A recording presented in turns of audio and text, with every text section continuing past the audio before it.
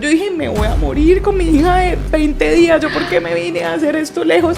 Si yo estuviera en Cali, no me hubiera pasado esto. Entonces entender que Dios vence cosas que uno no se imagina, que a uno no le dé pena, qué van a decir, qué van a opinar, a uno que le importa lo que uno piense y crean por convicción que está haciendo bien. Primero, aprender, muchos de estos aprendizajes solo se dan si uno comete errores, y dos, tiene que darla toda.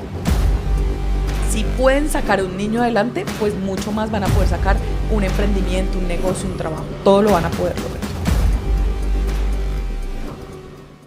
Bienvenidas a un nuevo capítulo de Emprendedoras en Pañales. Hoy tenemos una invitada increíble. Ella es Nati Quiroz, médica dermatóloga. Bienvenida a Emprendedoras en Pañales. ¿Cómo estás? Liz, muchas gracias. Muy contenta de estar aquí. Me parece algo bastante divertido, interesante, entretenido, y creo que va a salir algo muy chévere de este podcast. Bueno, ¿qué tal si nos sumergimos en tu vida? ¿De dónde eres? ¿Dónde naciste? Que nos cuentes un poco de tu niñez, cómo empieza ese amor por la salud, por esa carrera profesional que tienes en este momento. Bueno, nací en Cali, mis papás también son de Cali, soy hija única. Muy consentida, obviamente. Mi familia vivíamos con mi abuelita y mi tía, entonces he crecido muy rodeada de mujeres, ¿sí? De hecho, mi mamá trabajaba, entonces, bueno, mis papás se separaron cuando yo tenía 1 año, entonces siempre viví con mi mamá, mi tía y mi abuela. Mi mamá tenía un trabajo de banco de 8 a 5, 6 de la tarde, entonces me quedaba con mi abuelita y mi tía, quienes siempre fueron como mi contacto más cercano pues en el día a día. Desde muy chiquita me cuentan mi mamá, porque la verdad esos ya recuerdo que uno no se acuerda de muy pequeña. Sí. Yo tenía como un cuarto de jugar y tenía muchas muñecas y las ponía una cada una. Sí. Esta tiene gripa, esta tiene tos, esta le duele el estómago. Entonces digo yo que venía con ese chip de la salud, porque Sí. en mi familia no hay médicos, nadie en mi familia es médico, nadie en mi familia es de algo de salud, Sí. pero desde muy chiquita ya tenía ese gusto por jugar, y tenía una Barbie embarazada y jugaba con esa Barbie embarazada, que el bebé, que todo eso. Entonces desde muy pequeña tenía ese amor por la salud. ¿Y en qué momento ya decides inclinarte por ser dermatóloga? De pronto, ¿por qué no escoger otra rama de la salud? La verdad, desde siempre quería ser, era pediatra. ¿Sí? Ah, ok. En el colegio fui muy ñoña, digo yo que estudiaba un montón, entonces yo fui mejor ICFES del colegio, entonces me gradué y de una pasé a medicina, empecé a estudiar medicina en la Universidad del Valle, pero siempre yo decía que iba a ser pediatra, o sea, toda mi vida yo dije, voy a ser pediatra, amo ¿Por los qué niños. te gusta? Ah, porque por me el amor a encantaban los niños. Exacto, entonces yo decía, voy a ser pediatra, me encanta pediatría.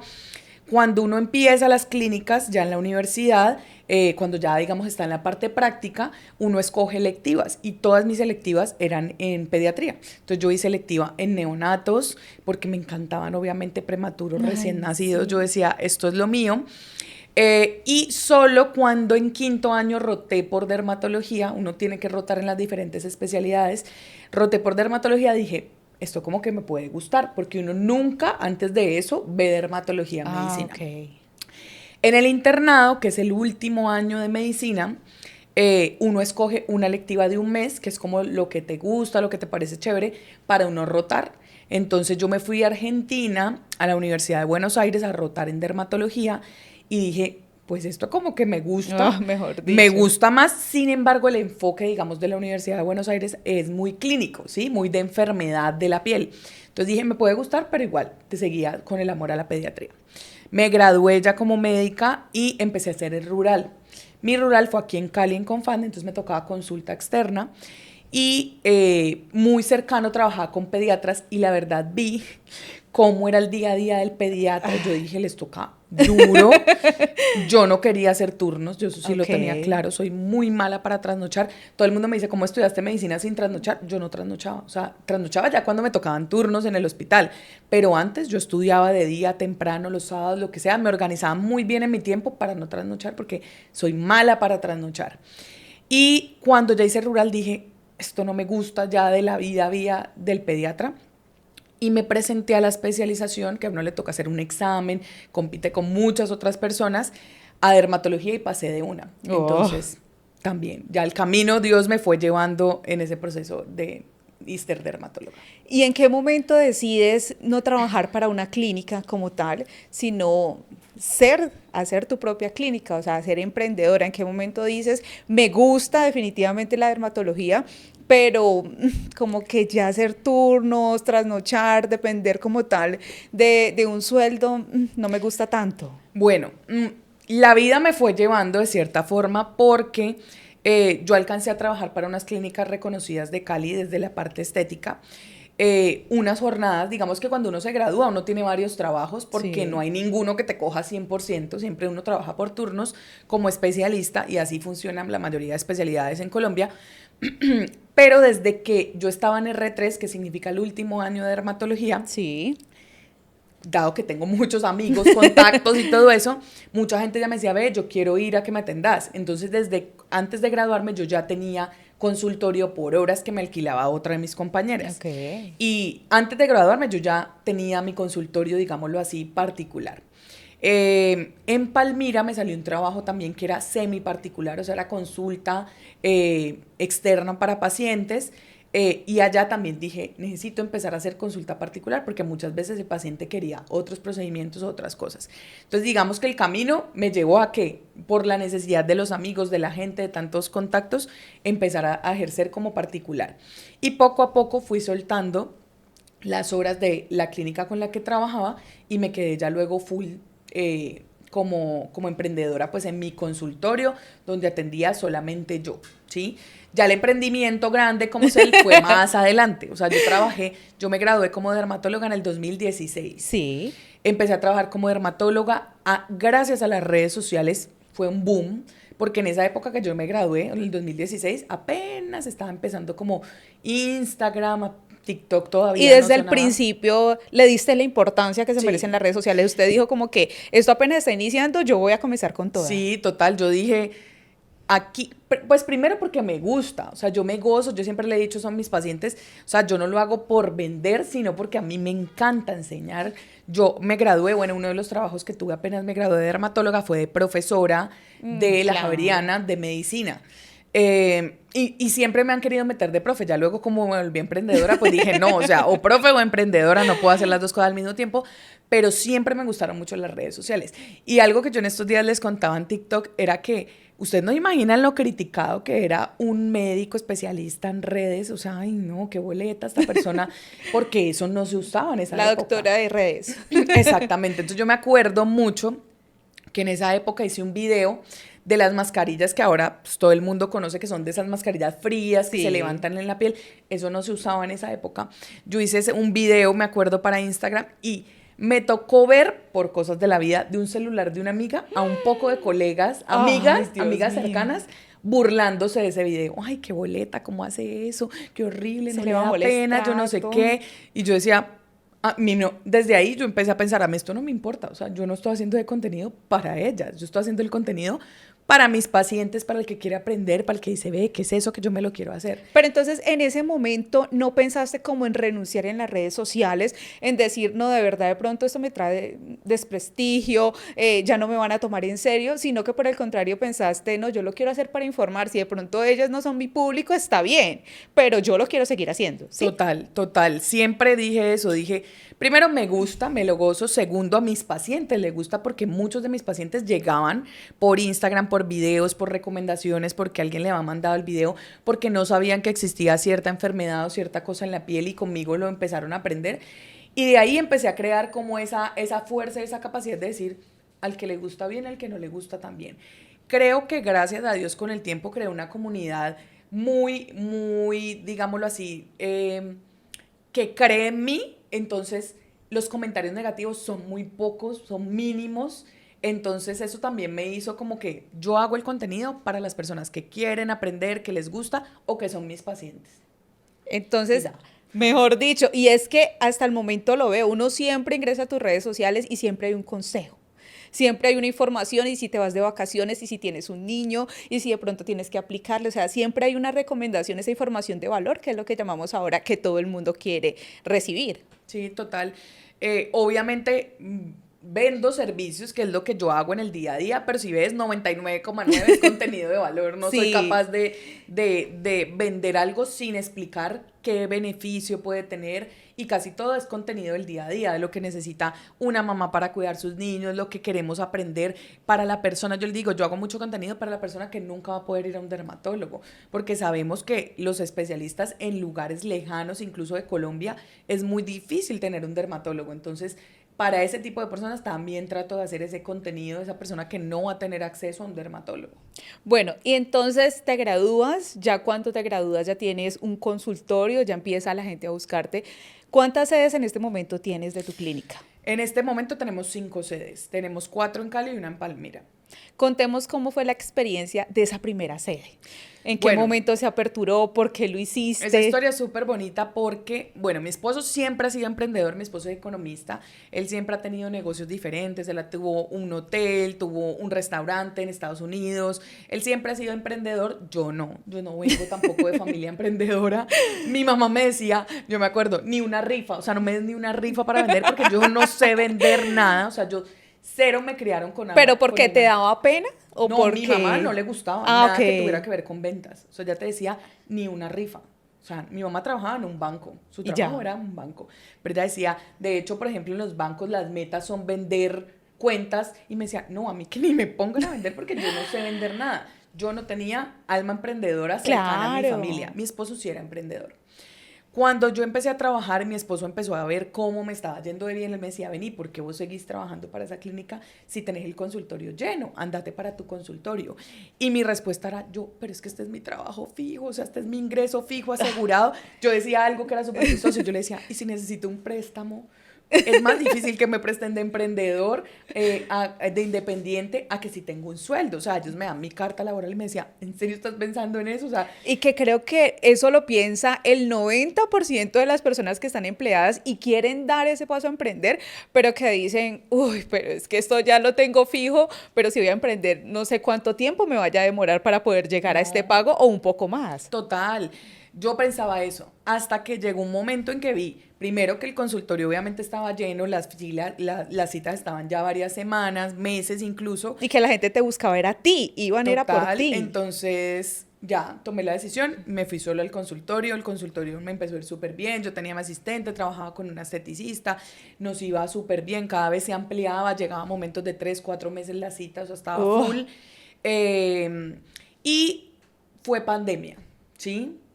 Pandemia, gracias a Dios y a las redes y a que yo tenía muchas cosas virtuales, yo seguía atendiendo mucho virtual. Hacía teleconsultas a personas de aquí de Cali, de Colombia, de Estados Unidos, de Canadá, Australia, de todo lado. Y fue chévere, ¿sí? Digamos que fue una experiencia muy diferente hacer telemedicina, pero creo que la aproveché en su momento. En ese momento hacía muchos videos, lives, de todo, también mucho contenido. Y pasó pandemia. Durante pandemia, perdón, hice un live con Krika, ¿sí? ajá. Y de Krika me escribieron y me dijeron, doctora, este centro comercial que es Aventura Plaza está cambiando, nos queremos volver muy referentes en salud, en bienestar, en belleza, ¿por qué no pone un consultorio aquí? Ah, Mi mejor consultorio dicho. era en Tequendama. Ajá. Entonces, no, pues fue Como una como que, respuesta. no, digamos que fue un miedo horrible porque yo compartía consultorio, bueno, en ese momento ya no compartía, ya tenía un consultorio solo para mí todo el tiempo, pero de pagar un arriendo de Sí. consultorio a un arriendo de centro comercial, mi esposo me decía, pues pucha, pero es que ese es un gasto fijo muy alto, o sea, un arriendo en centro comercial es muy alto, yo no sé, no me suena, porque tú pagas, digamos, tanto en el consultorio y Sí. vas a pagar 3 o 4 veces más en un centro comercial. Pero yo le dije a él, yo quiero estar en ese centro comercial, yo le Ahí decía, fuiste tú la ahí sí que yo le dije, vení, pero tomó si la esto va a ser de iniciativa. salud, esto va a ser de bienestar, yo quiero estar ahí y me están dando la oportunidad de primera a mí porque ellos pues habíamos tenido contacto. Yo quiero estar en ese centro comercial, miremos cómo lo hacemos, miremos números, miremos todo y finalmente dijimos, hágale, nos metemos. Y empezamos a construir, empezamos a hacer todo el concepto, porque siempre entendimos que lo que creáramos no podía depender de mí, porque yo soy un recurso finito, o sea, yo tengo un número de citas al día que no van a aumentar nunca más, o sea, ese es mi espacio de ver pacientes y yo no puedo multiplicarme, dividirme para ver más pacientes.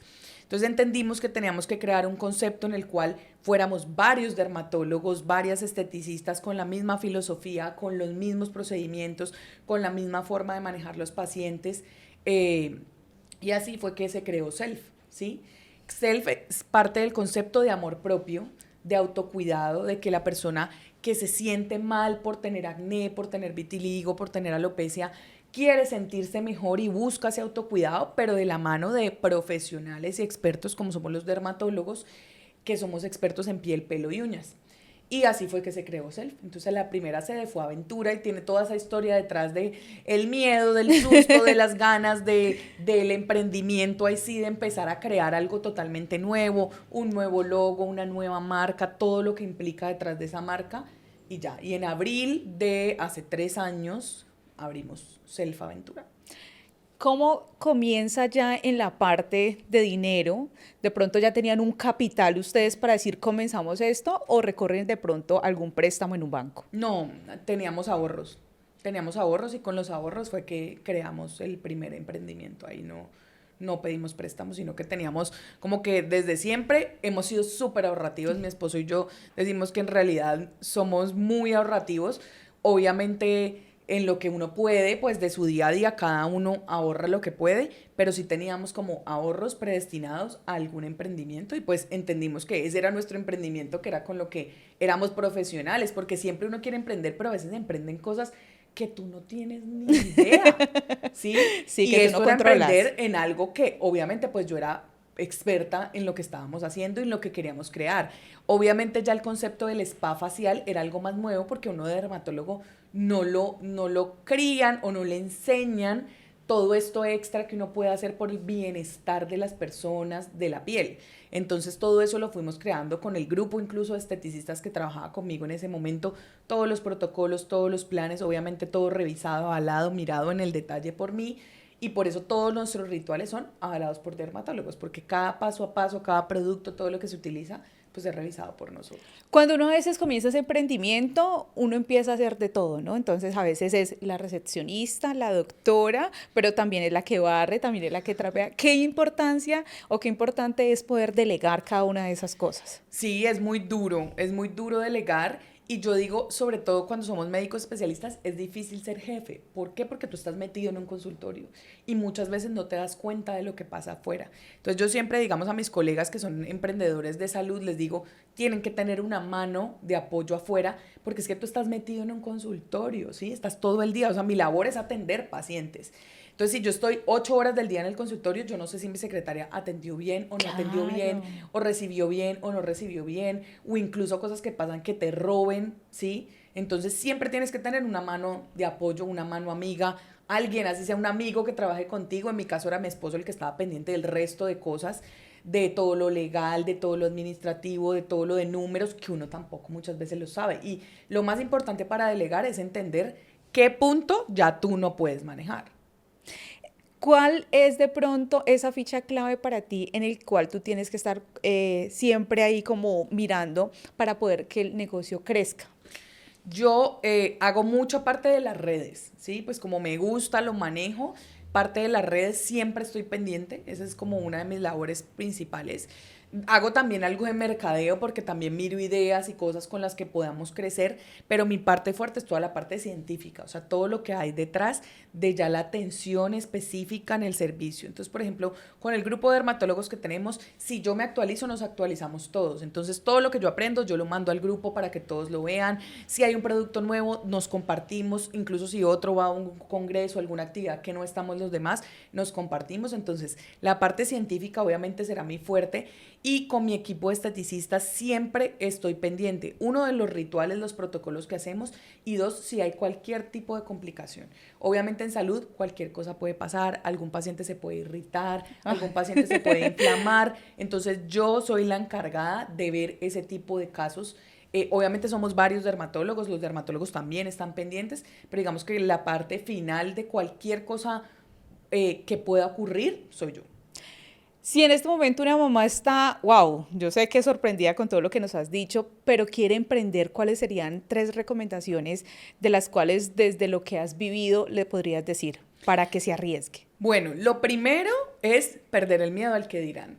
Yo pienso que esa es una de las cosas más importantes que uno tiene que vencer. Primero, si está en redes, porque la mayoría de negocios tienen que estar en redes. Entonces, que a uno no le dé pena qué van a decir, qué van a opinar. A uno que le importa lo que uno piense y crean por convicción que está haciendo bien. Lo segundo, que ojalá haga un emprendimiento que ame. Si uno ama lo que hace, le mete el 100% la ficha. Y algo que estamos hablando ahorita antes de que empezara el podcast es que el emprendedor va a trabajar más. Entonces, si quieres ser emprendedor, tienes que entender que va a ser más trabajo, que no vas a llegar como cuando uno es empleado y llega a las 8 de la noche y ya se desconectó y no tiene que pensar nunca más, sino hasta el otro día que empieza su jornada.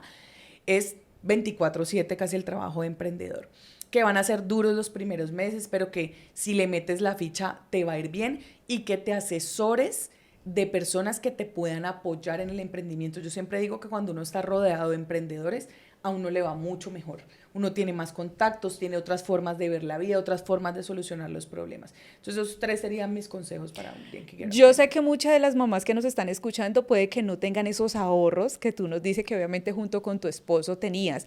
¿Crees que es importante poder recurrir a un préstamo en un banco? ¿Crees de pronto que hay deuda buena y deuda mala? Sí, claro. En la mayoría de los casos y en libros de emprendimiento te dicen que muchas veces te toca endeudarte para poder hacer un emprendimiento.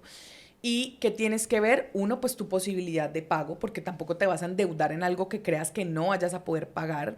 Y lo otro es mirar poco a poco el crecimiento. O sea, no vas a empezar con un emprendimiento gigante de una endeudarte tu alma y más allá, digo yo, ir poco a poco, y a medida que Claro. tú vayas capitalizando, pues puedes meterte en algo más grande. Entonces no te vas a meter en un local gigante para empezar. Ir poco a poco me parece que es la clave de uno poder ir creciendo también. Ya nos contabas que tienes 5 sedes, 2 inauguradas en este 2024. Vemos y sabemos por diferentes estudios y noticias que este año ha sido bastante complejo, las empresas vienen resistiendo, muchos locales vienen cerrando, pero yo veo que has inaugurado 2 sedes. ¿Cómo has hecho o de qué se trata el poder avanzar en este 2024 que ha sido bastante complejo? Ha sido un año muy retador, podría decir que de la vida emprendedora el más retador que hemos tenido. Hicimos la apuesta por abrir estos 2 nuevas sedes porque son zonas donde no hay estos servicios que prestamos nosotros, porque son locales que uno a veces espera y aspira a ese local en una zona específica, y muchas veces esas oportunidades no se vuelven a dar. O sea, local en centro comercial muchas veces es muy difícil de encontrar con las condiciones que uno quiere, que es cómodo, que es lindo, que sea una zona segura, que tenga parqueadero. Entonces a veces encontrar esas oportunidades de local son difíciles, y le dimos todo este año, hicimos esa apuesta de valor a abrir estas 2 nuevas sedes. Ha sido muy retador, porque como ya teníamos 3 sedes, ya las personas, digamos, que nos conocen van a esas sedes comúnmente. Entonces la gente nueva apenas nos está conociendo, estamos haciendo alianzas, estamos haciendo diferentes, digamos, estrategias para atraer esas nuevas personas a que nos conozcan, porque yo digo, nos conocen y se enamoran, ya Sí. la labor de enamorarla, mi equipo, Ya yo la tengo, hacemos. mejor dicho, ahí. Exacto, pero el problema es eso, llegar a esas nuevas personas, que muchas veces incluso las redes son difíciles, incluso para estrategias de pauta, llegar a un público tan estratégico como un barrio, una zona muy específica, pero ahí vamos, y parte del emprendimiento es eso, es darle una apuesta. Puede que nos vaya súper bien y sea el negocio más próspero, o puede que uno en algún momento diga, no tenía que hacer esa apuesta en ese momento, pero pues si uno no lo hace, no va. Primero, aprender. Muchos de estos aprendizajes solo se dan si uno comete errores, y 2, tiene que darla toda. Estamos dándola toda por estos locales nuevos, que son los más lindos, de hecho, son los más modernos, los más lindos. Entonces, y son en zonas que sabemos que son zonas de crecimiento de Cali. Algo que has dicho durante la entrevista y me gusta mucho son las alianzas, las conexiones, las amistades. ¿Qué tan importante es tocar puertas, incluso de pronto cuando mi emprendimiento no es tan grande, pero yo sé que es bueno, que presto un buen servicio, pero que necesita visibilidad? Toca porque las redes no lo son todo, son una gran parte, pero digamos que tiene su alcance, y no todo tampoco va a ser pauta en la vida. O sea, muchas cosas, digamos, en servicios es el voz a voz, ¿sí? Entonces, ¿qué tratamos de nosotros de hacer? Estrategias o alianzas. Ahorita que estamos frente a universidades, entonces con universidades, con los negocios locales cercanos a las zonas en las que estamos, con unidades cercanas que nos conozcan. Por ejemplo, esta estrategia la hicimos específicamente con Jamundí. Jamundí es una zona donde hay como 50 unidades alrededor del centro comercial donde estamos, entonces que nos conozcan, ¿sí? Las estrategias y todo lo que uno puede hacer para que las personas los conozcan, obviamente eso te va a ayudar un montón. Bueno, ahora entremos un poco más en ese mundo de ser mamá. Si quieres conocer de primera mano todas esas historias de emprendimiento, tener las herramientas para convertirte en esa emprendedora exitosa y la mamá presente que quieres ser, te invito a suscribirte en mi canal y activar la campanita. Así conocerás de primera mano toda esta información. Si ya te suscribiste, te invito a seguir con esta historia. Y yo a través de tus redes sociales vi que tu princesa es todo un milagro. ¿Por qué?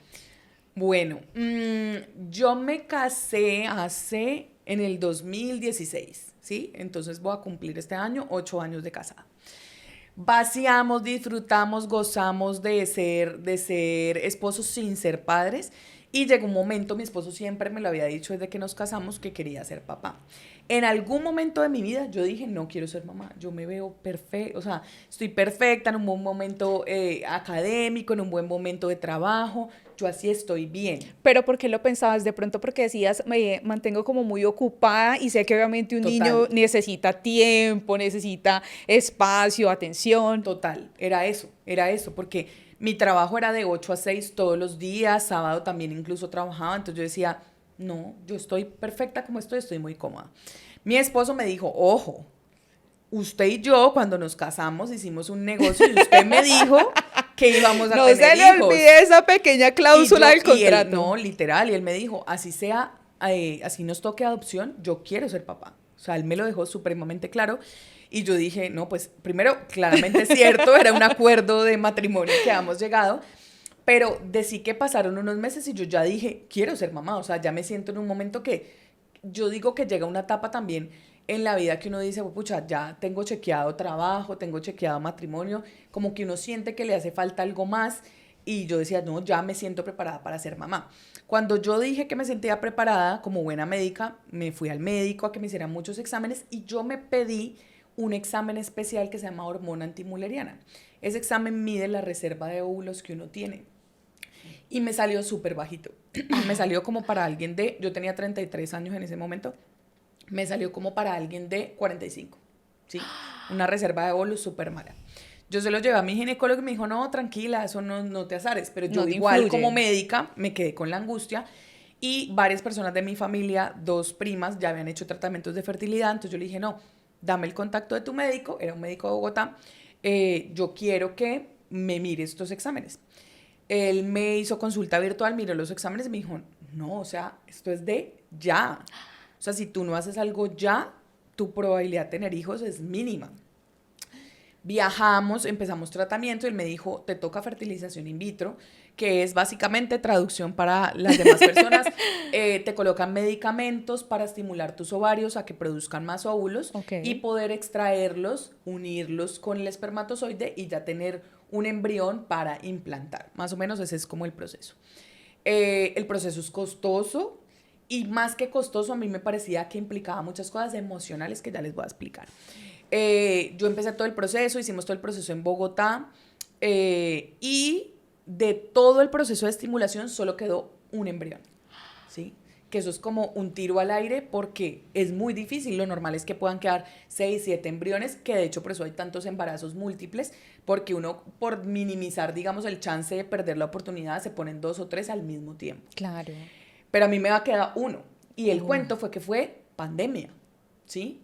Entonces ese pobre embrión quedó guardado todo ese tiempo porque todo estaba cerrado.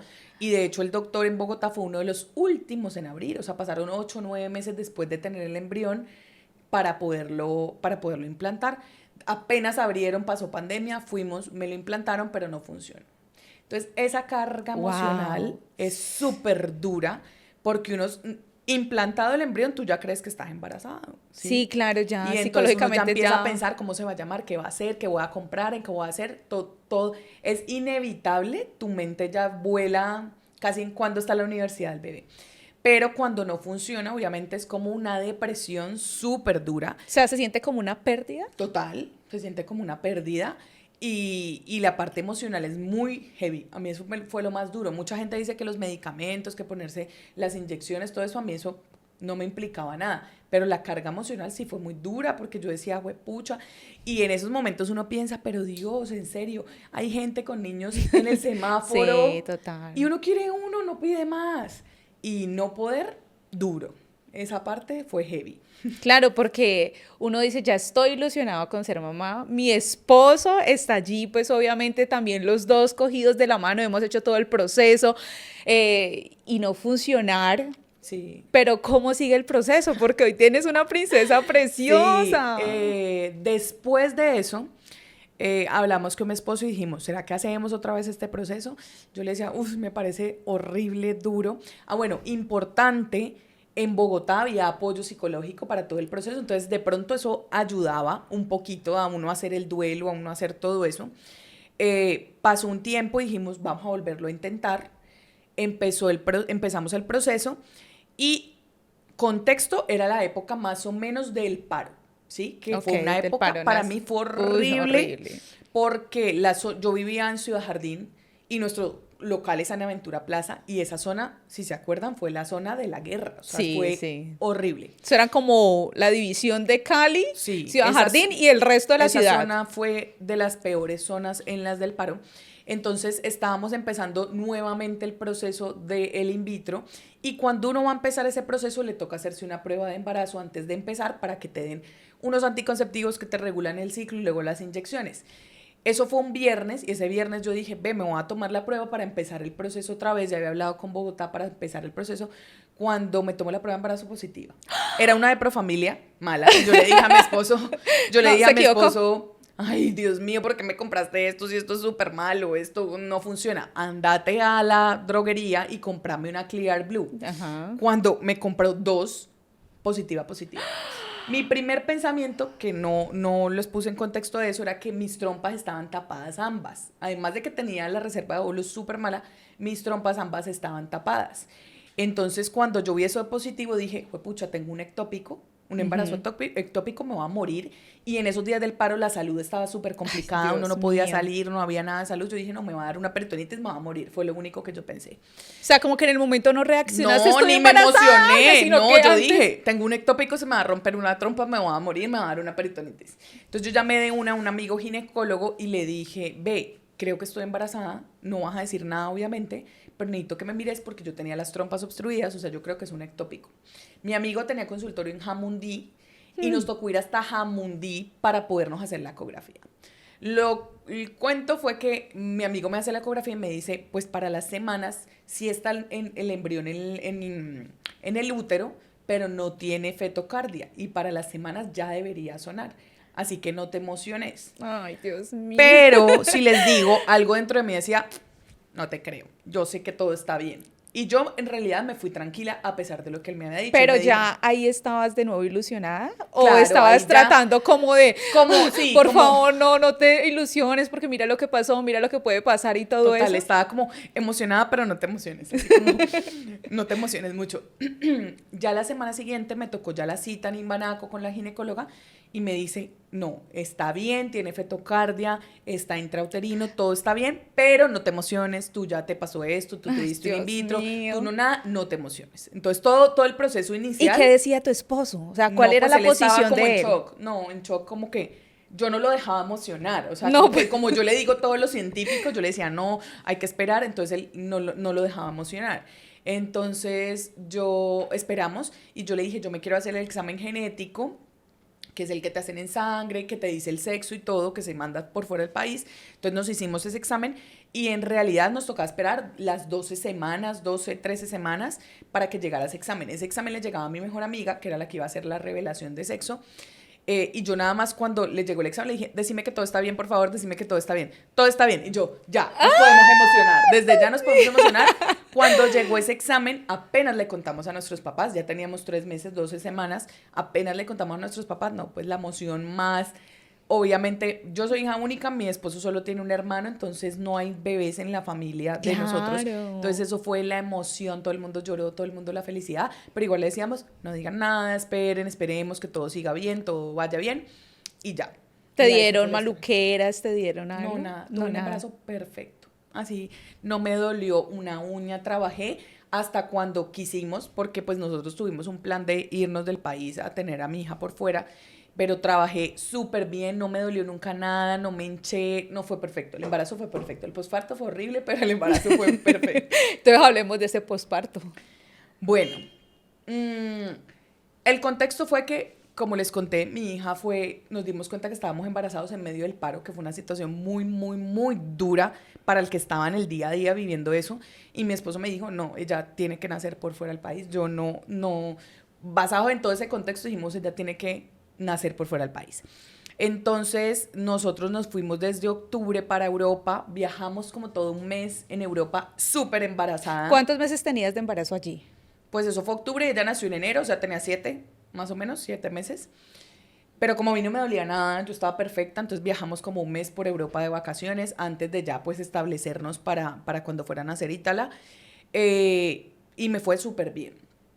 El último día o de los últimos días de las vacaciones estábamos en Milán y me fracturé la pierna bajando el andén. Ay, Súper embarazada, fracturada en otro país. Eso fue súper tenaz porque literalmente nos hicieron como un paseo millonario con la ambulancia, nos llevaron al hospital más lejano de todos para cobrarnos en efectivo la atención. Yo tenía seguro, entonces dijimos, no, o sea, esto tiene que ir por el seguro. El cuento fue que fue un paseo de la muerte, pero me atendieron finalmente y me colocaron mi férula, mi yeso, lo que fuera, y ya. Pero estaba embarazada con yeso. Entonces, ¿te imaginas ay, eso? O sea, a Dios mi mío. esposo le tocaba bañarme, le tocaba todo, porque uno embarazado que no tiene equilibrio, Claro. más una pierna fracturada, no, Que pues eso fue normalmente en tenaz. los últimos meses el agacharse, el poder coger algo, el poder amarrarse en los cordones, poder colocarse una sandalia es bastante complicado. Ahora sumémosle la fractura. Sí, fracturada, más chévere, en silla de ruedas, mi último mes de embarazo. Pero bueno, mi esposo la dio toda, dio el 100% y me quitaron el yeso una semana antes de nacer Ítala, porque yo decía, en mi idea iba a ser un parto, yo decía, ¿yo cómo voy a pujar con esta pierna fracturada? ¿Yo cómo voy a montar mi pierna? ¿Qué voy a hacer? El cuento fue que gracias a Dios todo salió bien, la fractura evolucionó bien y me quitaron la férula una semana antes de que naciera Ítala. Cuando empecé trabajo de parto, me empezaron las contracciones, de hecho hablaba un montón con Afra, porque ya me siguió parte del embarazo. En España, que fue donde nació mi hija, te atienden matronas, que son enfermeras especialistas en Ujú. parto. Entonces me dijeron, no, ya tenés las contracciones, ya esto, venite para el hospital. Llego al hospital, a la clínica, y me dicen, me hacen un tacto y me dicen, ¿usted tiene algo ahí? Y usted no puede tener parto. Y yo, como así? Si a mí me hicieron una ecografía hace una semana de control y no vieron nada. No, usted tiene algo ahí. Esperemos a que llegue el ginecólogo. Llegó el Ay, ginecólogo Dios y me dice, mío. no, usted tiene un tumor en el cuello, la bebé no puede nacer por parto. Y yo, pero si yo tuve ecografía hace una semana y no me dijeron nada. No, no puede, tiene un tumor, no sabemos de dónde, en el cuello, y el tumor pues tapaba todo el cuello, no podía tener parto. Le toca cesárea. Y yo dije, bueno, pues ni modo. Sí, claro, ya Di ahí. todo de mí, mi plan era parto, de hecho había escogido ese hospital porque era un parto humanizado, súper chévere, pero bueno, me tocó cesárea. Me llevaron a cesárea, la cesárea estuvo al parecer muy difícil por el tumor, estuvo muy manipulada para sacar la bebé.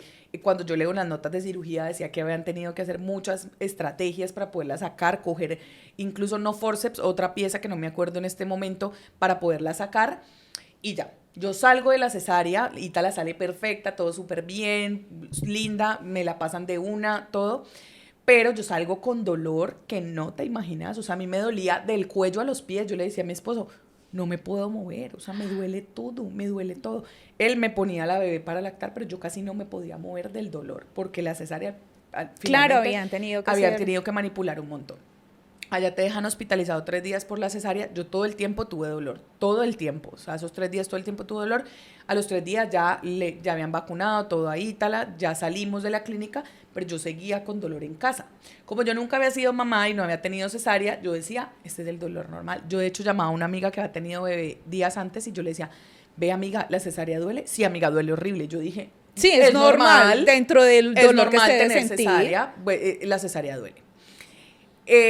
Para contexto de toda la situación era, gracias a Dios yo me había ido con grupo de apoyo, entonces nos habíamos ido mi mamá, mi papá, Ah, eso mi te iba a suegra. preguntar, pensé que solo estaba tu esposo y yo, Dios mío, y tu esposo ahí, la niña, tú No, y todos nos ahí. habíamos ido mi mamá, mi papá, mi suegra y pues estaba mi esposo. Vivíamos todos en un apartamento en España donde vivíamos y digamos que gracias a Dios tenía el grupo de apoyo.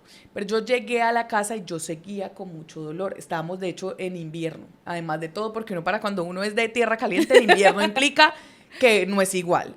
Entonces, era invierno, estaba con mucho dolor, mantenía con dolor y luego la lactancia, que en realidad a mí me fue súper dura la lactancia, me dolía horrible.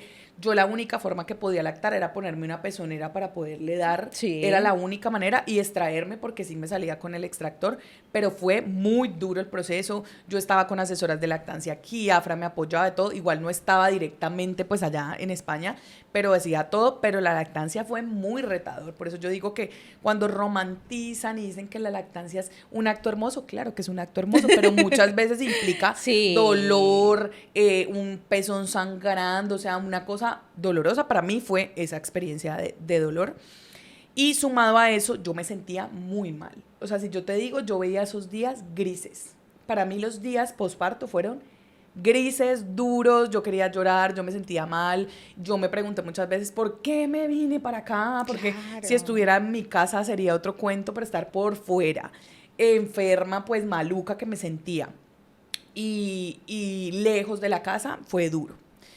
Pasaron los días y yo me seguía sintiendo mal, sintiendo O sea, mal. no sentías mejor en ningún momento, ni con Yo ningún tomaba medicamentos analgésico, para nada. todo, o sea, tomaba lo que me habían mandado, acetaminofén, ibuprofeno, todas las cosas que uno podía tomar, pero en mi concepto médico yo decía que era un dolor de nervio porque seguro me habían cortado algún nervio durante la cesárea, porque era un dolor que no pasaba, o sea, yo me acostaba y me acostaba con dolor, me levantaba con dolor, Sí, me paraba al claro. baño, me dolía, y entonces yo hablaba con un amigo experto en dolor y yo le decía, mira, yo siento esto, yo creo que tengo un dolor de nervio. Sí. Él me mandó otros medicamentos, yo tomaba 4 o 5 medicamentos para el dolor.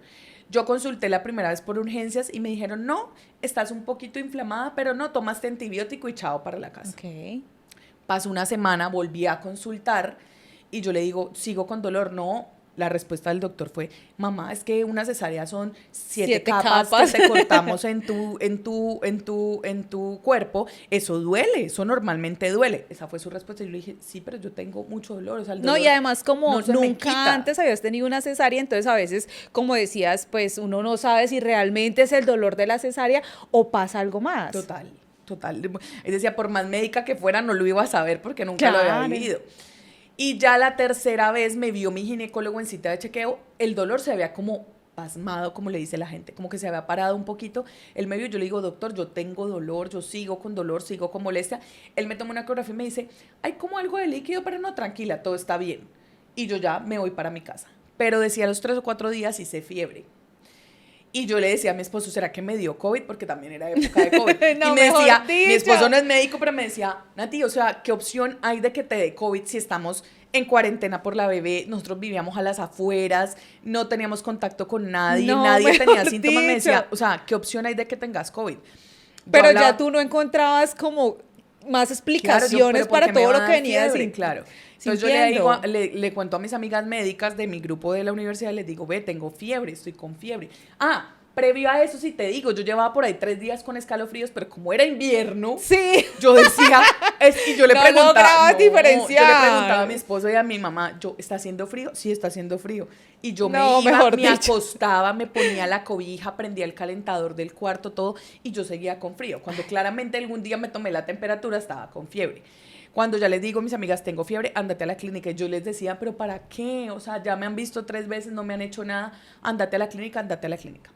Ese día vuelvo a ir a la clínica y le digo a la persona que me atiende, allá te derivan de una. Si eres de ginecología, de una ginecología. Yo le dije, y me puse a llorar y le dije, yo no quiero que me vean más ginecólogos. Mándame a un médico general, a un médico de urgencias, a otra persona que piense diferente, a ver si encuentra qué es lo que tengo, porque es que yo no me siento bien. Claro. Entonces la médica me ve y me dice, no, o sea, blanco es gallino, le pone, tú tienes una complicación de la cesárea, tú no tienes COVID, ven, te voy a hacer un TAC. Y me hace un TAC, pero lo más duro es cuando me entregan el TAC, porque yo veo eso y digo, me voy a morir.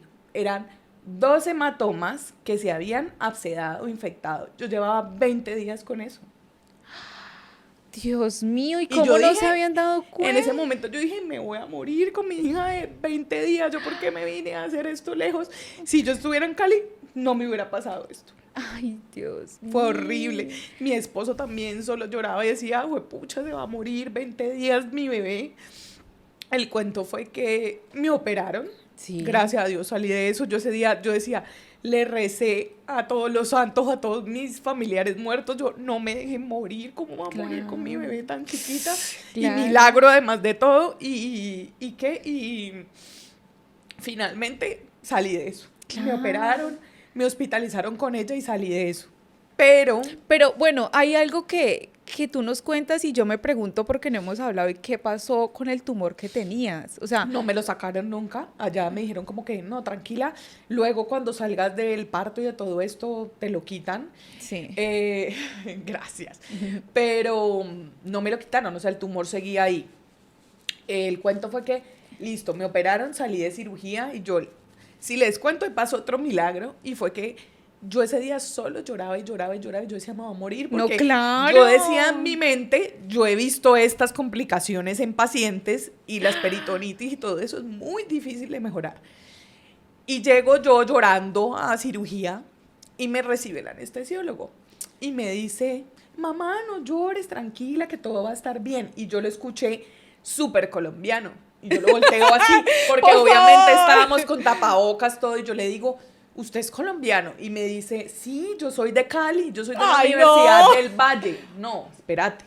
Y entonces le digo yo, es que esos ojos yo los conozco. Cuando él abre la historia y me dice, Nati, y era un amigo de la universidad. Pues Uy, no era mi no. mejor amigo, pero un amigo de la Claro, universidad. una Y yo, persona cercana, claro, yo le dije, algo. ve Jorge, solo no me dejes morir, te lo pido. Yo ya ahí entré tranquila porque dije, el anestesiólogo te salva, te reanima, te hace algo, no me voy a morir. Y ya pude entrar a cirugía, me operaron. Fue duro porque me volvieron a abrir la cesárea, me pusieron drenes, grapas, no, eso fue tenaz. Yo ni me miraba, yo decía, por más dermatóloga que soy, ni me miro. Okay. Y salí de eso. Me fui para la casa, ya súper bien, yo ya me sentía bien, ya no veía los días grises como los veía porque estaba infectada. Y decí que a los 10 días más o menos estábamos mercando con mi esposo y le digo yo, por primera vez me siento mejor, me siento bien. No, súper. Acto seguido, 5 minutos después, Ay, le Dios digo, mío. ve, tengo como gastritis, estoy como maluca, me duele, tengo gastritis. No, tómate un omeprazol, bueno, y ranitidina, lo que fuera que tomé de ese momento, Gaviscon, y nada que mejoraba. Ay, Dios mío. Y me fui para la clínica y resulta que tenía una pancreatitis. Entonces me hospitalizaron en cuidado intensivo. Ay, Dios mío. Estuve hospitalizada, obviamente ahí sin la bebé, ahí se terminó mi lactancia, que era más o menos al mes de mi bebé solo pudo lactar un mes porque yo estaba con múltiples medicamentos para el dolor, con de todo. Y para resumir el cuento, fueron 2 hospitalizaciones más por la misma pancreatitis porque me daba crisis de dolor y me hospitalizaban y ya, o sea que en un mes estuve hospitalizada 4 veces. Esa fue más o menos la historia de mi posparto horroroso que no le lo deseo a nadie. ¿Qué significa para ti, Tala? No todo. Un milagro, o sea, ver un milagro en la casa todos los días y entender, yo le decía a la gente, entender que hay algo más allá de la ciencia. Porque si me lo preguntaban por ciencia, era imposible. Entonces, entender que Dios vence cosas que uno no se imagina. Claro, porque, wow, todo lo que nos cuenta y a veces uno ve muchas cosas, pero no conoce detrás de las historias que pueden pasar, porque de pronto muchas personas dicen, no, se fueron para otro país a tener su bebé, pero desconocen toda esta historia que nos acabas de revelar aquí. Sí, fue duro, muy duro. Ahora, ¿cómo haces para poder mezclar tu parte profesional con esa parte de ser mamá? Hablábamos antes de comenzar el podcast que viajas constantemente, porque te preparas por tu profesión, porque lo amas. ¿Cómo haces para poder combinar el ser profesional y el ser mamá? Yo le decía a alguna de mis amigas que la clave ha sido poder, uno, tener apoyo, porque obviamente tengo a alguien que me ayuda a cuidar a Ítala, mi esposo es un papá 100% comprometido, tengo 2 abuelas, o sea, la abuela paterna y materna que están full de apoyo cuando necesitamos, pero para mí fue entender que yo tenía que seguir haciendo cosas que me hicieran feliz. Y para mí estudiar es una de las cosas que más feliz me hace. Entonces poder entender que si yo no lo hacía o me negaba a hacer esas cosas, iba a ser una mamá frustrada porque iba a decir, por mi hija perdí esto. Bueno, y aquí hay algo importante. En todo este proceso tan horrible que me tocó tener apoyo psicológico y psiquiátrico porque esto Sí, fue claro. supremamente duro. Y parte del apoyo psicológico siempre me explicó eso y me decía, tú tienes que hacer lo que te haga feliz y que tu hija vea que tú eres feliz con lo que tú haces, porque si tú dejas de hacer esas cosas por tu maternidad, tú vas a echarle la culpa que tu hija te quitó esas cosas. Y ¿Sí? que Sí, pasa mucho en totalmente. que las mamás a veces dicen, es que yo no estudié, no me preparé, no Por hice, usted. por su culpa, y termina es el niño o la niña cargando con esas cosas que no debería. Exactamente. Entonces yo solo entendí, yo te estaba contando que mi primer congreso fue cuando Itala tenía 6 meses, más o menos fue en julio Itala nació en enero, fue en julio, y yo le dije a mi esposo, es un congreso muy importante, es un congreso en España, ya tengo todo listo, tengo que ir. No, pues ella tenía es la persona que la cuidaba, mi esposo que lo que les digo es un padre 100% comprometido, entonces yo me fui, ella estuvo súper tranquila, no pasó nada. Ya ahora que es más grande siento que es más retador porque ella sabe que nos vamos, pero ella, como ha crecido viendo eso, ella lo entiende totalmente. Ella me dice, mamá, ¿te vas? ¿Vas a ir a estudiar? ¿A qué ciudad vas? ¿A dónde vas? Y yo no puedo ir. ¿Y quién me cuida? ¿Quién me va a cuidar? ¿Me cuida mi papá? ¿Me cuida Nana? ¿Me cuida las tatas? Entonces ya lo tiene súper claro. ¿En algún momento has sentido culpa a la hora de irte? De decir, ¿por qué la dejo? ¿Por qué me voy? O de pronto te vas bien, pero en medio del congreso sientes como, ay, Dios mío, ¿por qué la dejé? O simplemente dices, no, es lo que hago y esto dentro de todo la beneficia, porque yo si soy una mamá feliz, pues voy a poder darle felicidad a mi hija. Yo creo que uno empieza a sentir la culpa cuando escucha a veces los comentarios de las otras personas, porque las otras personas muchas veces te dicen, ¿y cómo te puedes ir? ¿Y cómo puedes hacer eso? Y ahí uno dice, ¿será que estoy haciendo las cosas mal? Soy la mamá peor. Pero, pero en realidad nunca me he sentido mal por eso. O sea, yo siempre he dicho, doy todo lo que puedo. Y la otra cosa que te estaba contando antes de que empezáramos es que parte, digamos, de mi ejercicio de ser mamá es que yo dije, no puedo trabajar full. Si yo trabajo full, nunca voy a ver a mi niña. Entonces yo trabajo medio tiempo. Obviamente yo tengo otras labores como emprendedoras que no es solo atender pacientes, no, muchas veces tengo reuniones, cosas que hacer y me cortan un poquito del tiempo con ella, pero trato de que todas las tardes yo pueda estar con ella, que ella me vea durante el día, que juguemos, que todo eso, antes de que sea pues la hora de dormir solamente. O sea, que durante esas 4 horas, por decirlo así, que estás trabajando, ¿cómo sería tu dinámica? ¿Qué tratas de hacer? ¿Cómo es la gestión del tiempo durante ese momento? O sea, citas o para poder uno decir cómo organiza uno el tiempo, Lo que pasa es para que yo, que pueda ser mi tiempo es productivo. difícil porque mi tiempo es atender pacientes. O sea, Ok. mis 4 o 5 horas son ir a atender pacientes. Trato de que cuando ella se duerme en las noches, hago esos planes que implican más sentarse en el computador, planear contenido para redes, mirar las cosas. Trato de hacerlas cuando ella está dormida para no quitarle, digamos, como ese espacio. Y si ella tiene alguna actividad, porque ella va a clases, en esas clases también trato de utilizar ese tiempo para yo adelantar reuniones y el resto de cosas. Y cuando esté con ella, si esté pues full 100% pensando en ella. Y cuando estás en ese tiempo con ella, celular, Lo que mucho, pasa es que, poco. exacto, cuando uno tiene emprendimiento y te hablan para cosas del trabajo, yo tengo que tener el celular al lado. Pero sí cuando voy a jugar así, trato de dejarlo boca abajo y no mirarlo. Si es algo grave, pues ya me llamarán. Pero es difícil uno a veces soltarlo, más que si uno crea contenido. Cuando uno crea contenido, tiene que consumir contenido para poder crear. Entonces, toca una pequeña línea de división de separar ese tiempo, sobre todo ese tiempo presente 100%. ¿Crees que esa parte de ser exitosa en tu empresa o en tus clínicas tiene que ver con que has creado una marca fuerte personal? Sí, claro, obviamente yo pienso que la marca personal va detrás de todo. Lo que les decía, siempre pensamos crear self como algo que no dependiera 100% de mí, pero obviamente la imagen de marca personal que yo había creado la que da como el soporte a la otra marca que es self. Entonces sí es muy importante la marca personal. ¿Tienes de pronto algunas otras verticales de ingreso? Redes, yo hago contenido para redes y hago, digamos que pauta, trabajo con diferentes campañas en el año, entonces ese es otro contenido de ingresos O que sea hago. que eso es importante, poder decir Claro, uno, tengo este ingreso que puede ser el más grande, pero necesito también crear otras ramas porque de pronto si este falla, pues tengo otras ayudas exactamente, alrededores. exactamente. Entonces las redes para mí son un trabajo para mi empresa y son un trabajo para mí porque yo también hago diferentes campañas durante el año. ¿Qué tan importante o tan bueno o tan fácil es poder trabajar con tu esposo? Es Poder duro, diferenciar es también. duro porque yo le digo a él es blanco o él es negro y yo blanco, o sea, siempre pensamos supremamente diferente. Él es muy números porque obviamente es economista, yo soy más de ciencia, de como te digo, de como las emociones, los sentimientos, y en un negocio hay que tener las dos, ¿sí? Entonces yo le decía, nosotros como pareja no peleamos nunca, o sea, nosotros casi nunca en la vida peleamos. Nuestros motivos de pelea son casi siempre todos laborales porque pensamos muy diferente. Cada vez aprendemos a separar más, cada vez aprendemos llegamos a la casa, ya, tratemos de desconectarnos, no habla más, porque obviamente eso sí puede llegar a afectar las relaciones de pareja, entonces a uno le toca ser muy estricto en qué es trabajo y ya hasta aquí llegó el trabajo, separemos algunas Pero cosas. ¿se logra no poder hablar de cosas de la empresa en casa? A veces es difícil por los horarios, por lo que te digo, porque uno aprovecha que el niño está dormido para seguir trabajando, pero sí, no, toca hacerlo porque si no ya se pierde y todo se vuelve trabajo.